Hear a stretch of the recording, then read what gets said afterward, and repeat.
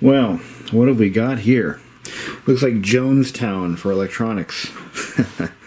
What we have here is the original stereo from my 1994 Miata. And if you look at the faceplate, those of you who are familiar with the first gen Miata, this might look familiar to you. And if you saw the videos of the car when I bought it, I had this guy in the dash. This is a fairly rare and coveted unit. This is the infamous or famous Pioneer silver stereo that was optional on the first gen Miata. I think it required package A, B, or C. It was also standard equipment on the 93 LE limited edition model. This stereo is currently selling on eBay for prices that are astronomical. Because if you're restoring a 93 LE, this is the stereo you need. And they're hard to find in working condition. In fact, even broken, they're worth a pretty good amount of money.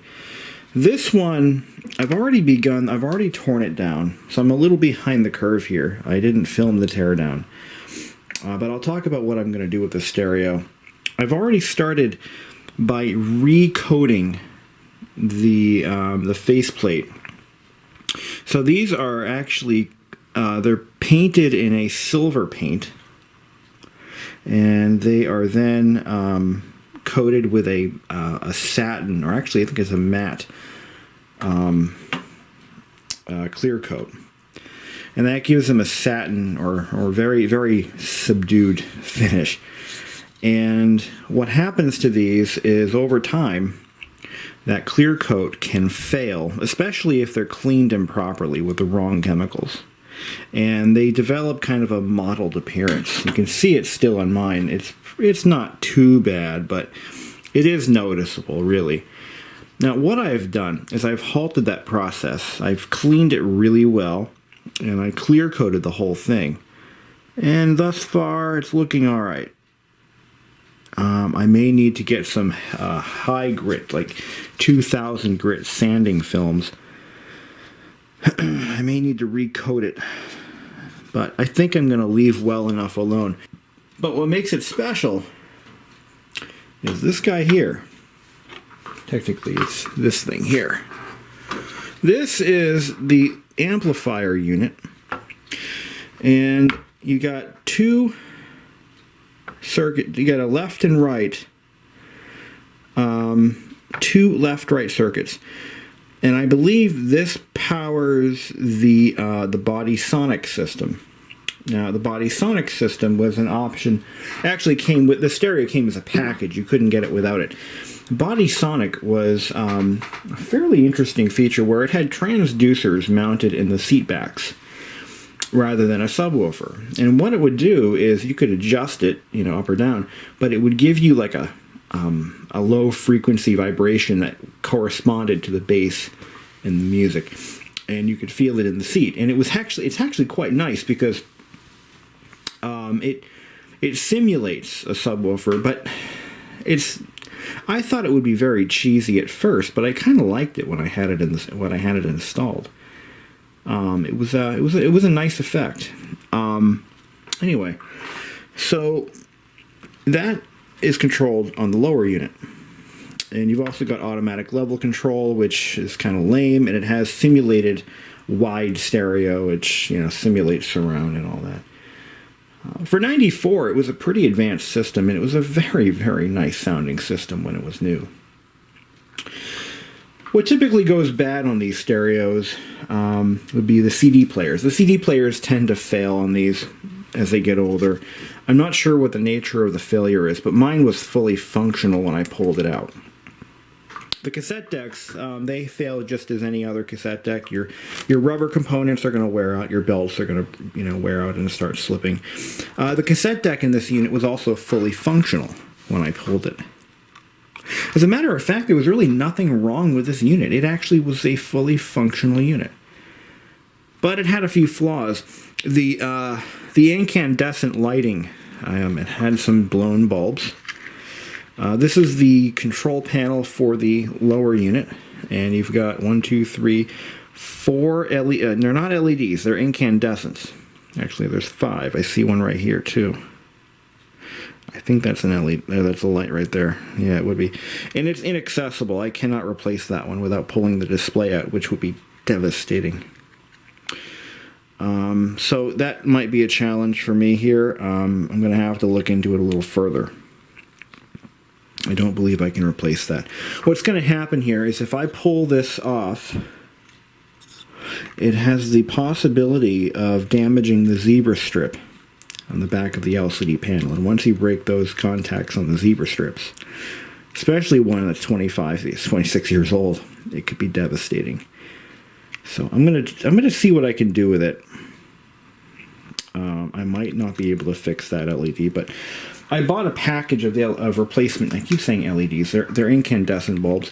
I bought a package of them, and I'm gonna just start replacing all of them.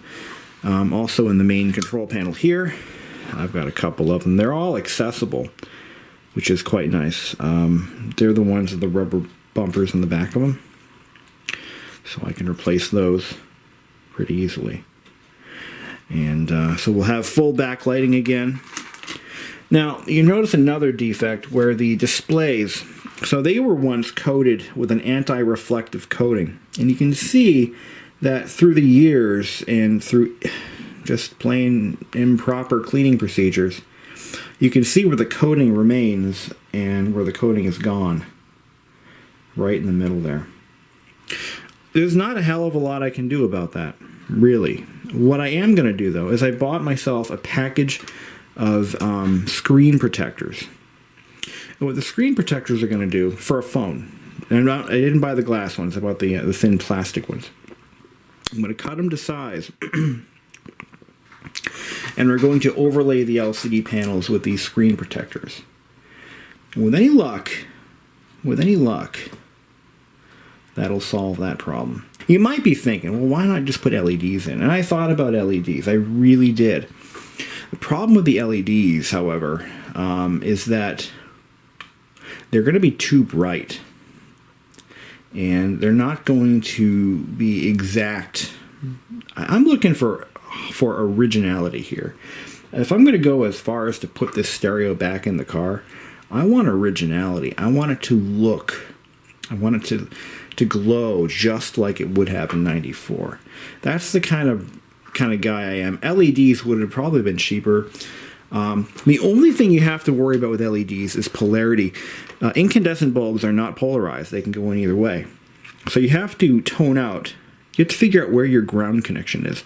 You got to figure out where your positive connection is, and you got to then, work your way from there. But not rocket surgery. It can be done.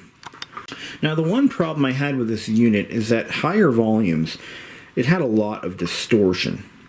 It had a lot of, it would just sort of crackle out.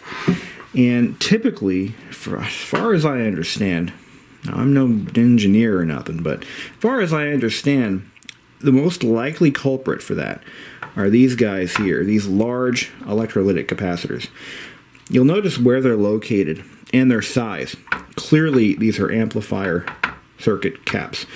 And there's 4 in the unit. There's 2 on this amplifier here, and then there's 2 more on the other amplifier board, which is, where did that guy go? Right here.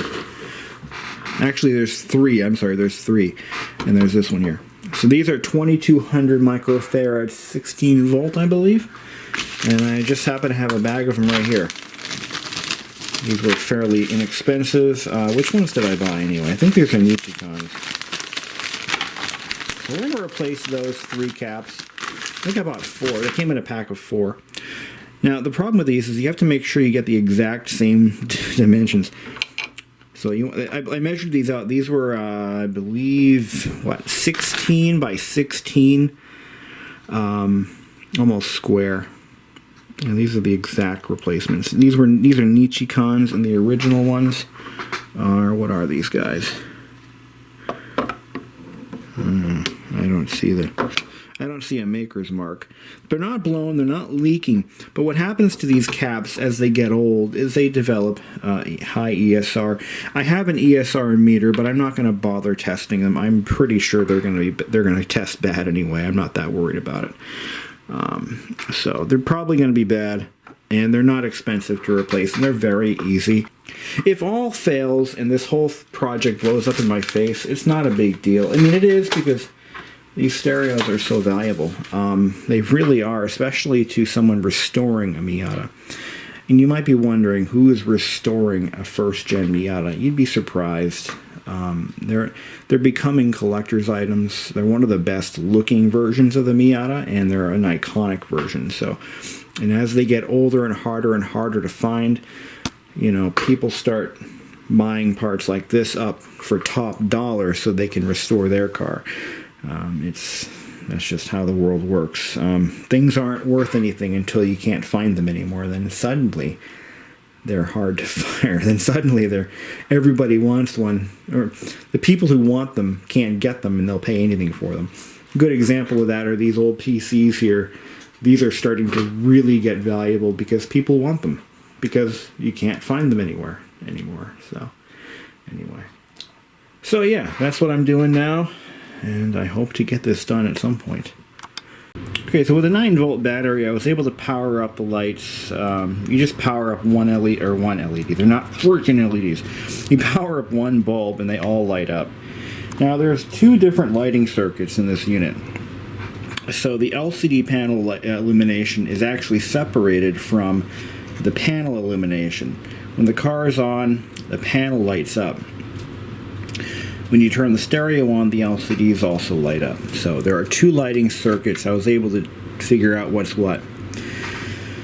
So on the main LCD panel, we have 2 blown bulbs. So I'm going to replace all 3 of these. We're going to leave the others alone. If I ever have to pull them out to fix them, I'll do that maybe at another time. We'll see what happens, and we'll see what happens. I'm not going to jump the guns on anything. We'll just do it and get it done. So anyway, so that answers that question.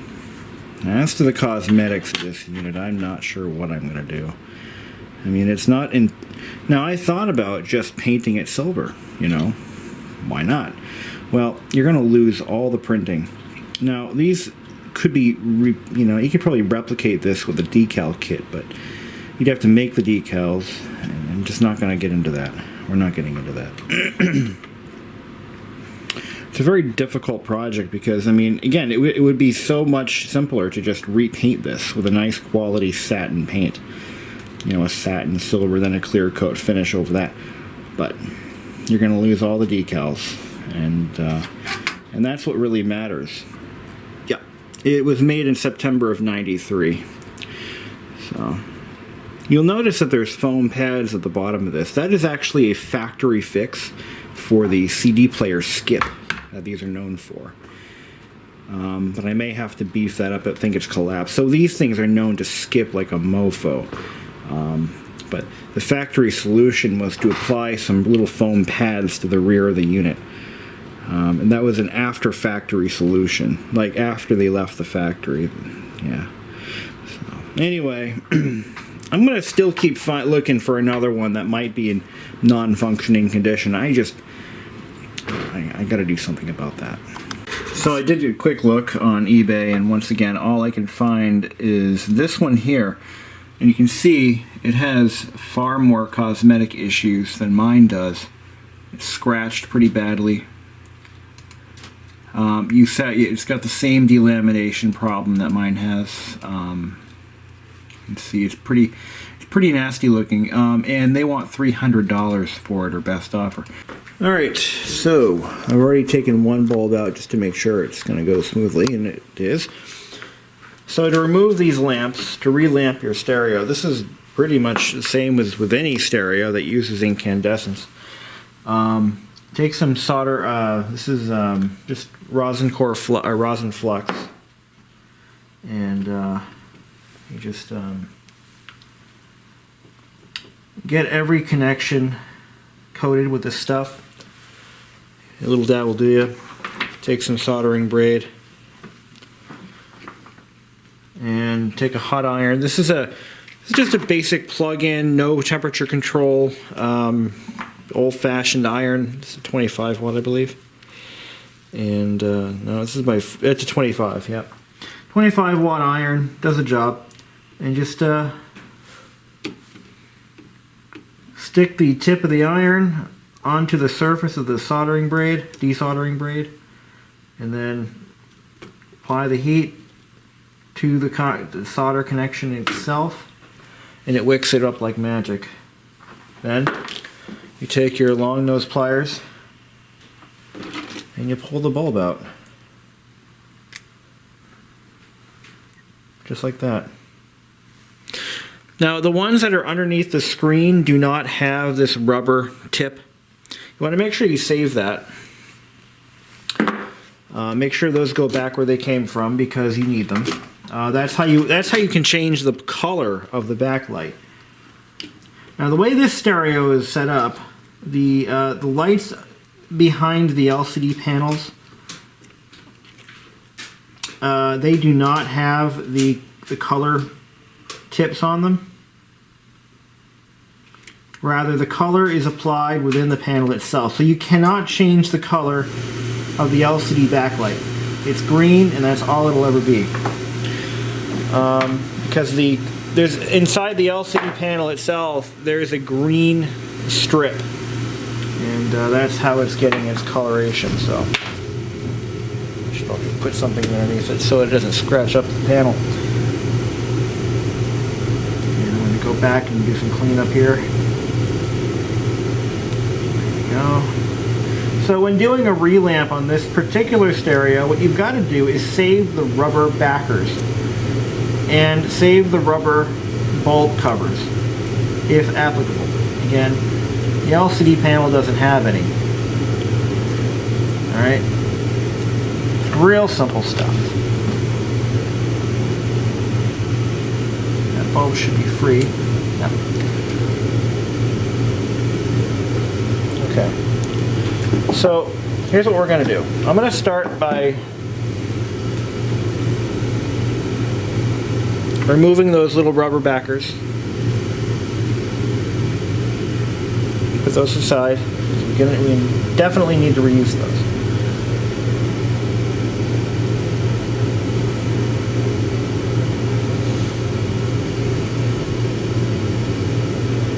Okay. Get another one out. Okay, this one's ready to come out. Now, if you're relamping this with LEDs, if you decide to do LEDs, there's a couple of things you need to know. On this particular stereo, and with any stereo where there is not, let's say you've got amber backlighting, and you're pulling out clear bulbs. What you want to do is make sure that you put a clear bulb wherever there was amber before. If you put a colored bulb in there, like a green one or a red one or whatever, you're going to change the color, and it won't be for the better. It'll be whatever. It'll be something you may not even want. At least if you put a clear bulb back in, you're going to get a clear. I'm sorry. You're going to get the factory amber backlighting. Now, in this case, we're doing LEDs. I'm sorry, incandescents. We're doing incandescents, and these are burned. These are burned pretty bad. So we're doing those, and we're not changing the color. So we're going to put these back in. Okay, so two things to keep in mind. Number one, if you pull out a bulb that is clear, you want to make sure you're putting back a clear bulb. Reason being, we want the color to be, well, we're not changing the color here, so we're going to keep it green. But if we put in, let's say we wanted to change the color to red or orange or amber, putting in an amber bulb isn't going to achieve the desired results. So keep that in mind. Secondly, if I'm changing these out with LEDs, for example, what's going to happen is you can do that. You can put LEDs in where you pull incandescents out. the issue is you want to make sure your polarity is correct. So you want to find out where ground is, which one of these solder pads is ground, and make sure that it corresponds to the LED's ground. But since we're doing incandescence, it doesn't matter. That's the beauty part of incandescent bulbs. They may be short-lived and power-hungry, but they're easy to replace. So I just dropped one in. I'm going to drop in another. I bought 10 bulbs in all, so I should be able to relamp the whole thing. The only bulb I cannot access is the one that is under the LCD panel for the body sonic system, but I've just confirmed it is a good bulb. Who's a good bulb? He's a good bulb. Okay, so I am going to see what I'm doing here.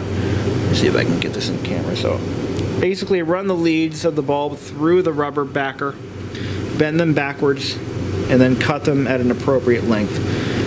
About halfway along the bulb should be fine.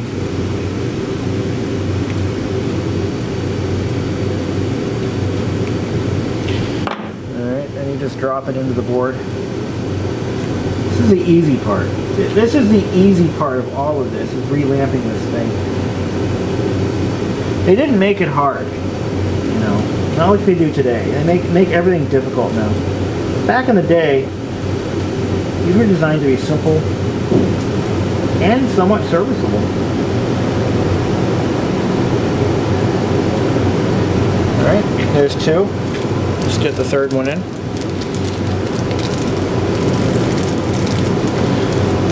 Now the good thing about these, a lot of these older boards, they were clearly marked. Ground was clearly marked as ground. In this case, we even have like on the backs of the connectors, for example, on the back of the stereo, they've actually silk screened what almost everything is supposed to do. You know, so and the antenna lead, for example, is clearly marked ANT. You know, left speaker positive is marked L+. You know, right speaker negative is marked RN, or R-, sorry.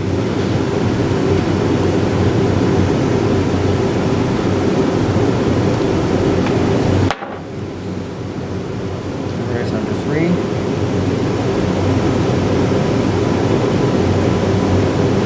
So we could stop here. We could finish these 3 bulbs. Or 4, as I think I did 4 of them. And we'd be fine, because none of the other bulbs are blown, but we're not going to do that. We're going to keep going.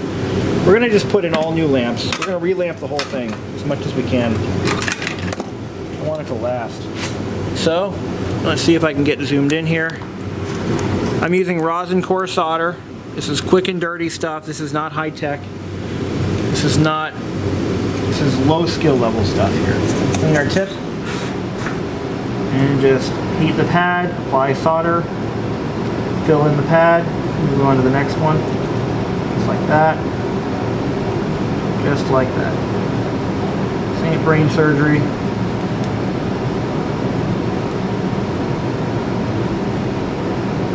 Done. Okay, so we've relamped the display. So now if I apply a 9-volt battery to any one of these bulbs, it should light right up like the sun. Now I did pull out one of the green bulbs, so I'm going to put one of those in because I wanted to show you what to do there. So again, the green, little green condom looking thing, that has to go onto the new bulb. So that just slides right off. We're lucky that these didn't disintegrate. Sometimes these silicone rubber things will eventually deteriorate to nothing and we can't even reuse them again. But we're lucky here. I'm not even sure where you can buy those, to be honest. I was fortunate enough to be able to find the bulbs themselves. But anyway. But yeah, we're going to change them all out because it'll be just my luck. I'm going to do the ones that I need to change out, and I'm going to, you know, start the car up in the springtime, and then I'm going to lose another bulb. That would suck, wouldn't it? So again, just like with these other ones, you put the focus. Anyway, just fold the leads backwards, Real simple stuff. Real simple stuff. Slippers. And then we're going to put the bulb condom on there. Use your hey! That was my cat. He's been on me all day. He's got food. His litter box is clean. He just wants love. I know, I get it. He just wants love. He's a living thing, you know? Alright. Just drop her in. So, apply and let dry.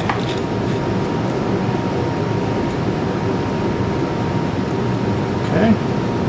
Alright. And then rinse and repeat as necessary. I'm not going to go through the whole thing. It's that simple. So now when we do this, why don't we go ahead and power test it. So I've jury-rigged a 9-volt battery. And I'm going to just apply power to one of these bulbs, but I'm going to first figure out which one is ground, because there could be other components down the line that are going to get energized, and I don't want to blow those up.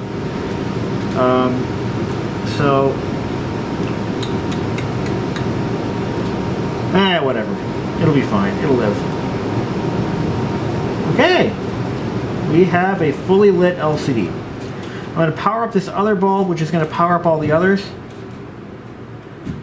And those all look good too. But again, we're going to replace them anyway since we're here. And that's that.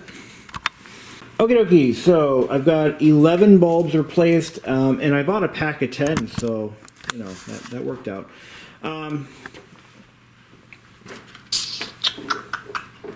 Let's light her up. Let's make sure all the bulbs I put in are working. Here we go. Yep, everything's good. Check the display side. Good, good, good. All right, I think we're good. Now, if I had counted these bulbs out correctly, I would have bought 2 packs of 10, but hey, that's okay. Because all the bulbs in the lower unit were just fine. For reference, these are the 7219 bulbs. You can find these anywhere. These are not hard to find. The 7219s is what these units take, and all's well there. Let's go ahead and do some cap replacements, shall we? Okay, so there's one cap on this board that we're going to do, and it's this big one right here. Now, why are we doing caps? Well, simple. Very simple. There is a little bit of interference. Not interference. There's distortion at higher volumes. It's like the amplifier just can't put it out anymore. And what happens is, over time, these caps tend to lose their capacitance, and they develop resistance, series resistance. And in amplifiers, it manifests sometimes as distortion or crackling. You know, this is based on what I've learned. I could be wrong. Again, not an expert, not pretending to be an expert, but I think I know something worthwhile. But anyway, yeah, when you're working on an older amplifier like this, you know, caps are a good place to start, because they are a wearable item. They really are. Capacitors do go bad regularly. It's just the nature of the game. They're like little batteries. You know, they're built like batteries. Their chemistry is similar to batteries, and batteries go bad too. So it's a good place to start when troubleshooting and diagnosing an amplifier. This one is potted in place. A little bit of potting compound got on it, so it's stuck. It's not really coming off for me. There we go. Let's crack that off. There we go. Yeah, that potting compound is holding it in. Although you got to be careful, because you could be pulling up. There we go. So we're gonna heat up each side of it and pull it off that way. There we go. There could be some solder left on the other side of the board, and you could wind up tearing the pads off on the other side. That's happened to me. And then, when you do that, you've got to start doing some rework on the board, which is no fun. I did this exact same procedure on the airbag module of this car 2 years ago, and it's still working fine. So here's our new cap. So polarity on a capacitor is pretty simple. Usually they're clearly marked. This one's not.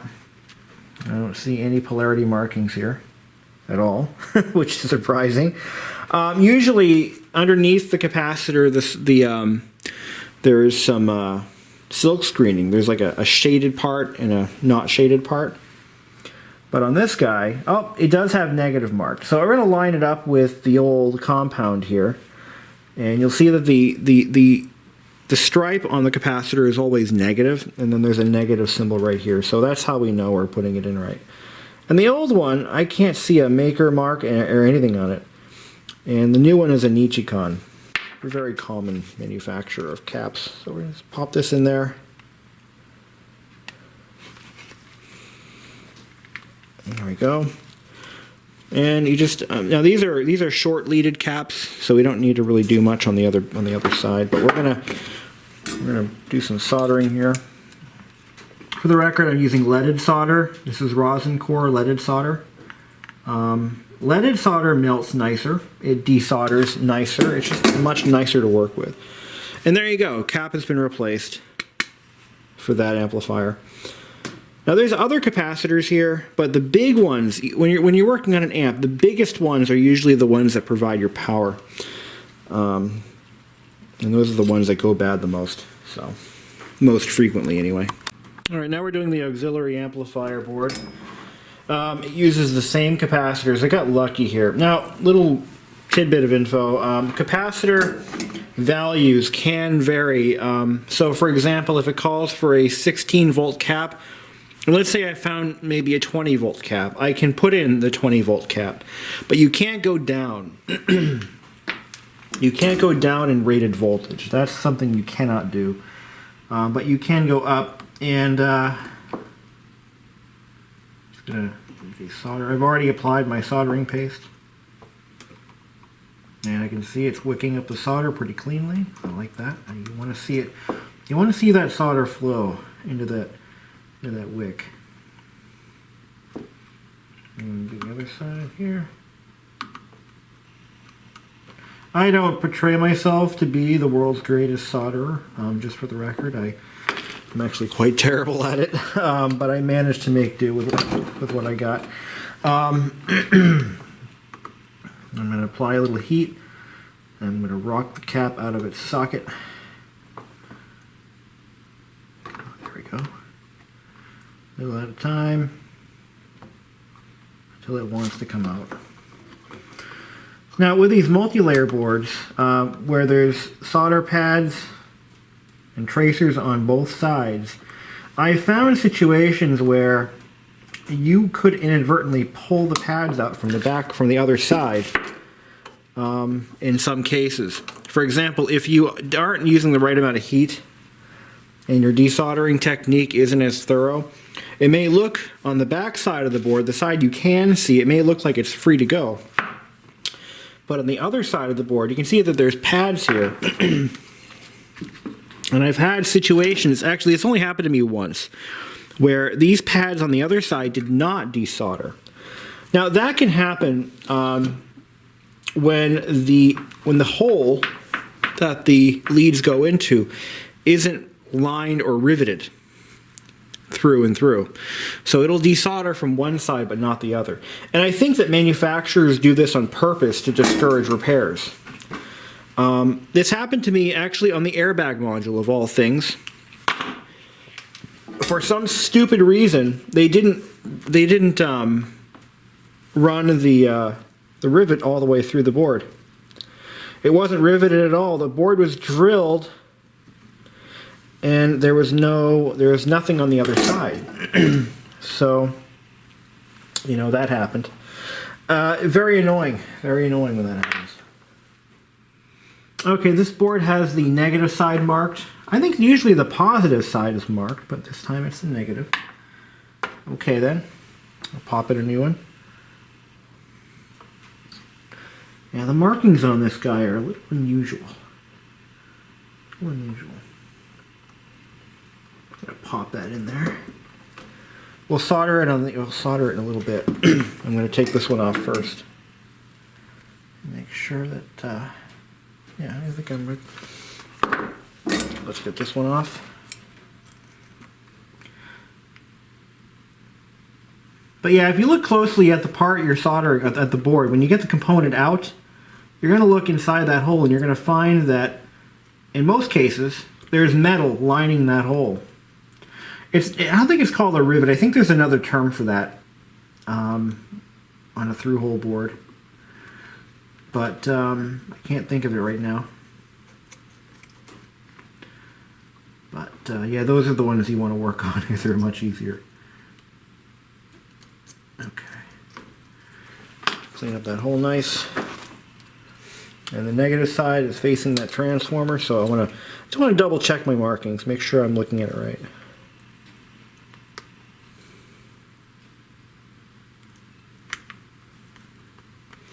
It's one of those situations where you don't want to be wrong. You put a capacitor in backwards and you're going to regret it. I mean, strange things happen sometimes, you know. Bad things happen to good people. Good intentions don't always pan out.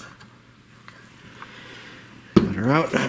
And yeah, the board is marked with the negative side. I'm for some reason I always think that most of the boards I work on are marked the other way around. But okay.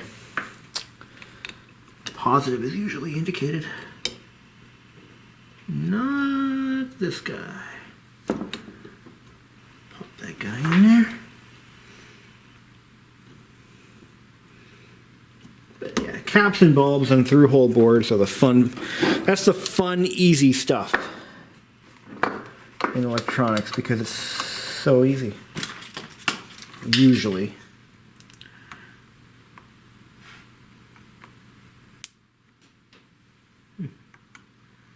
A little moisture in there or what? Anyway, ready to pop. There we go. And we're good. So we've recapped this whole board. This whole stereo is pretty much ready to crank up. Now what am I waiting for now? I am waiting for my screen protectors that I ordered so I can try to put some kind of overlay over the LCD panels and make them look new again. Another tidbit of info, look at the temperature ratings on the originals. These are rated for 105C. And these are rated for 85C. So for some reason, one of these caps had a 105C rating on it, and I don't know why. I substituted it for an 85C. The temperature rating is important in most circumstances because it means that it will run at a higher temperature for a longer period of time. We'll see what happens. I mean, I may end up having to replace it, but I did notice that, yeah, I put in a different temperature rating. It does matter. The temperature rating does matter. Because if this, let's say the amplifier runs, for whatever reason, the engineers deliberately spec'd a higher temperature rating on this one, or was it this one? You know, we don't know why they specified a 105. Maybe it was a parts bin special. We don't know. It may not matter, but it could matter in time. It'll degrade faster if we truly screwed that up. Okay, so I tried the screen protector thing and that did not yield results that I was satisfied with. So I'm down to my last trick and it's not a very good one. I'm really thinking what I really ought to do is use some of my matte finish spray paint and just paint the displays, but what's going to happen if I do that is it's going to chip and peel within the matter of a couple of years or even months. So what I'm doing right now is I'm dabbing some motorcycle windshield polish, and I'm going to lightly polish the displays. See if that does anything worth mentioning. Because, I mean, I'm all out of ideas here. Couldn't hurt. I'm not rubbing very hard. But I've saved a number of watch crystals this way. And a few other things. And it works pretty well when it works. So, fingers crossed. You just gotta rub the compound into the display vigorously. And you know what? I think it's actually helping. I've saved instrument cluster bezels this way too. The stuff really works. But when people just can't get their fingers off of these screens and they ruin them, what other options do you have? You know what I'm saying? Well, that's really, it actually looks a little better. It's not perfect, but it is an improvement, dare I say. It is an improvement.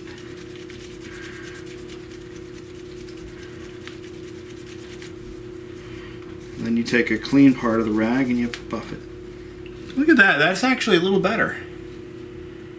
A little better. Yeah.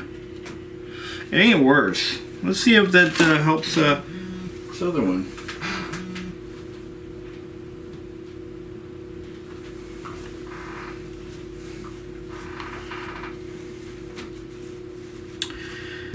Okay.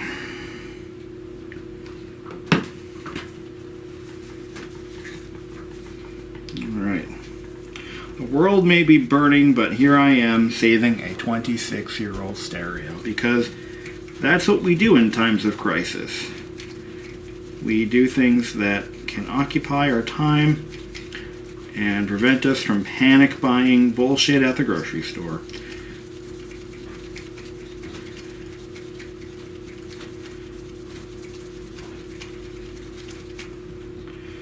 Yeah, that's actually, this is helping, you know? It's not making it any worse.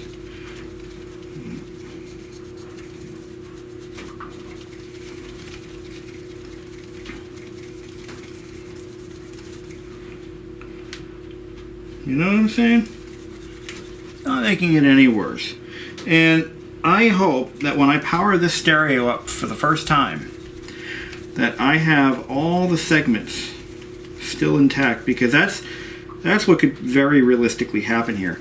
I could start losing segments on these displays because the zebra stripe contact strip may have debonded, and that would piss me off, because there's no fix. Yeah.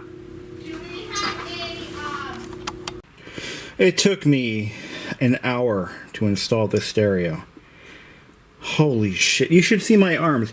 It looks like I ran through a razor field. I don't know what a razor field is, but I know what it's like to run through one. There is no room to work on this unit. There's no room to plug in the connectors. There is no room for anything back here. The cables are so incredibly short. I don't remember it being this difficult. Honestly. Oh my god. Wow. What a workout. Now, I pretty much had written off this stereo shortly after we started working on the screens, because I thought, I was pretty convinced that we had damaged the screen down here, because it looked like some LCDs had begun to leak. Or liquid crystals began to leak from their cells. It can happen, you know, on an older display like this. Let's see if this is all for nothing. I'm going to start off by turning the ignition switch on. Ooh, well, we have liftoff. And look at that. The screen looks just fine. There's a pictogram for open or closed mode. This display has always been brighter than this one, and I did replace all the LEDs, or all the lights behind this guy here. It's just this one has one single powerful one, which is strange. Let's turn it on. Okay, that's all the music you're going to hear out of it. Sorry, guys. But I think it works. Well, I just did a quick sound test, and this thing sounds better than the modern stereo that I just pulled out. It sounds better than it did originally when I got the car and pulled the unit out. It sounds really good. I think those filter caps took care of that little problem I had. The problem was I was getting distortion in that channel right there, and it wouldn't go away even after putting in new speakers. I thought, the speaker or surrounds were bad, and that helped a little bit, but not much. So yeah, it sounds fantastic, fan-freaking-tastic. Let's pop in a CD and see if that works. I did clean the CD lens. It was pretty well gunked up. One of my favorite albums, Steely Dan 2 Against Nature. And a lot of you Dan fans may not agree with me on that. That's okay. To each his own. I gotta say, it was worth it. It was worth it. Oh my God, was it worth it. Let's see if the rest of the lights come on. Yep, looks like we're good. We got lights, baby. So yeah, I am very pleased. I think this was a worthy endeavor. All the lights are good. Everything works. CD player works. I don't have a good one to put in. I'll go scare one up. I think I've got some kicking around. Let's go do that. And this is an audio cassette. I mean an audio book. Side A. I didn't do anything to the cassette deck other than clean the heads really well.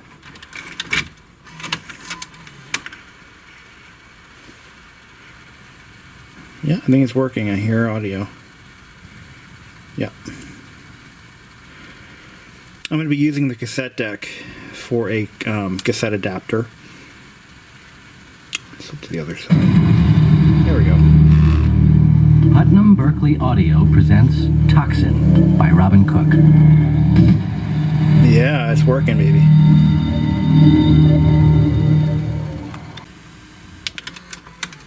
Willie. She only been sick since this morning? Works great. That's right, but she's been down on her milk for almost... The vibrations you hear are the parts that are just sitting there. Ooh, we'll take her all right. Noise reduction. There's still $25 to haul her to the renderer. Betting that. A little bit of a possible speed warbling. Willie and Bart cleaned off the cow. But I'm not that worried about it. Fast forward. I'm just pissing rainbows because it works fantastic. All around. I'm very happy about that. This was a lot of work, and to have it have no payoff would have been just devastating to me. But the thing is, I mean, I can now show this car at car shows as it left the factory, with the factory stereo, with its blemishes. I mean, it's not that, doesn't really bother me that much. Because these radios, this particular model stereo is very, very hard to find in any condition, working or not. So I'm just pleased that I can finally have this thing back in the car, and it is fully functional now. So the things that we fixed, a little bit of cosmetic work. We polished the displays. We coated the faceplate with a clear coat. We cleaned the heads. We cleaned the CD lens. We took care of we replaced 3 suspect capacitors. And in doing that, we restored it to its factory functionality. I'm now going to go put the car back together again, and I can't wait to bring this sucker to work. And yeah, this cassette deck is running fine. That's a CD eject, cassette eject. Antenna goes off. Now the antenna only opens up when you have it in FM mode. So if I pop in a cassette, the antenna doesn't go up. It's almost 8. That's what the factory stereo does. Sorry. The new one doesn't do that. The new one that I put in, it opens the antenna whenever the unit is powered up. So if I'm listening to a CD, it's not going to call for an antenna raising. So, all right, that was fun. let's put this car back together again. And a lady and I just went for a drive yesterday, and we had the stereo cranked the entire time, and it sounded flawless. Absolutely perfect. I am considering, however, and I didn't want to do this. I don't want to do this, but I have considered taking it back out again and actually painting the faceplate and then applying a nice clear coat over that, because it does look, when you get real close to it, from a distance it looks alright, but you get close to it and it looks kind of Titanic-y. Yeah, I mean, but I don't want to lose the screen printing, the Pioneer logo, or any of the other printing that's on it. Fortunately, all the button controls won't be affected. Like, in other words, the labels and the buttons, that won't change. And I would keep the labels on the sides where the rotary knobs are. But, you know, I think for now I'm going to leave it the hell alone. I mean, it works, it looks good, it looks okay, you know, but I could make it better. While I was there, I actually took these windshield wiper blades, these windshield wiper arms off, and I repainted them with Sem's trim black, and I replaced the entire cowling. Probably don't notice this, but this is a whole new cowling. You can buy these at Miata for $160 shipped. You can buy this or the genuine Mazda one. I went with a cheaper one. I think it'll hold up just fine. But this is the same part from 1990 to 2005. For 15 years, they used the same cowling, so these are easy to get. And they come with new plugs, new screw hole plugs. So that kind of dresses up the appearance of the car just a wee bit, makes it look just that much better. And then in about a week or so, or a couple weeks, I'm going to ship this off to a detailing shop and have it buffed. And we'll get all these fine scratches out of the paint, make this sucker look brand new again. And I'm going to have the, and after that, I might have the seats touched up a little bit. I got to look into what that'll take. There's a little bit of wear going on here, here, and here. Some of that was already started when I got the car, but I've made it worse. So, owning a fun little toy is fun, but it can get expensive, and it can get pretty. If you want to keep the car looking new for its entire life, you know, it gets pricey. If I were to let the car go to hell, I could just daily drive it without any care in the world and get a few years out of it, but I want to keep it nice. Coronavirus is hitting my area now. We have one possible case in this city, and every school district in the area, every school district is shut down, including the one I work for, so that's going to get fun. But I still have to work. It's not a vacation. We still have to work from home. So this could be fun. Very interesting. And it kind of never happened before. We've never done this before. This is all new territory, so this could be interesting. In the meantime, I'm going to cruise on the empty highways in this car while minimizing my own exposure risk. All right, well, let's get this baby uploaded and edited and all that. Anyhow.